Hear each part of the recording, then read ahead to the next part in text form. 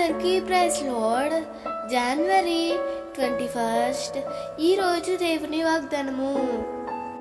నీవు నా దృష్టికి ప్రియుడవైనందున గనుడవైతివి. యెషయా 43 అధ్యాయము 4వ వచనము. మహాగణుడును మహోన్నతుడును పరిశుద్ధుడును నిత్య నివాసి అయిన దేవుని కను దృష్టి భూమి మీద మనుషులందరి మీద ఉంటుంది. దేవుని దృష్టికి ప్రియమైన వారిని గనులైన వారిగా దేవుడు ఎంచుతాడు. ప్రియుడు అనగా దేవుని చేత ప్రేమించబడిన వాడు అని అర్థం.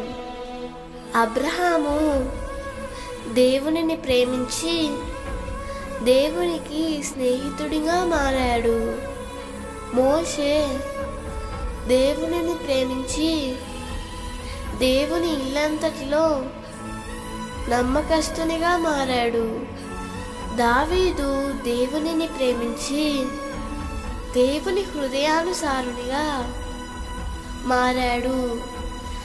దానియేలు దేవునిని ప్రేమించి దేవునికి బహుప్రియునిగా మారాడు. నీవు దేవునిని ప్రేమిస్తున్నట్లయితే దేవుని దృష్టికి ప్రియమైన జీవితాన్ని జీవిస్తావు. నన్ను గణపరచువానిని నేను గణపరుస్తానని ప్రభు సెలవిస్తున్నాడు. పరిశుద్ధ గ్రంథంలోని భక్తులు అంత గొప్పగా గణపరచబడ్డారంటే వారు దేవునిని ప్రేమించి ఆయనను గణపరిచినందువలనే.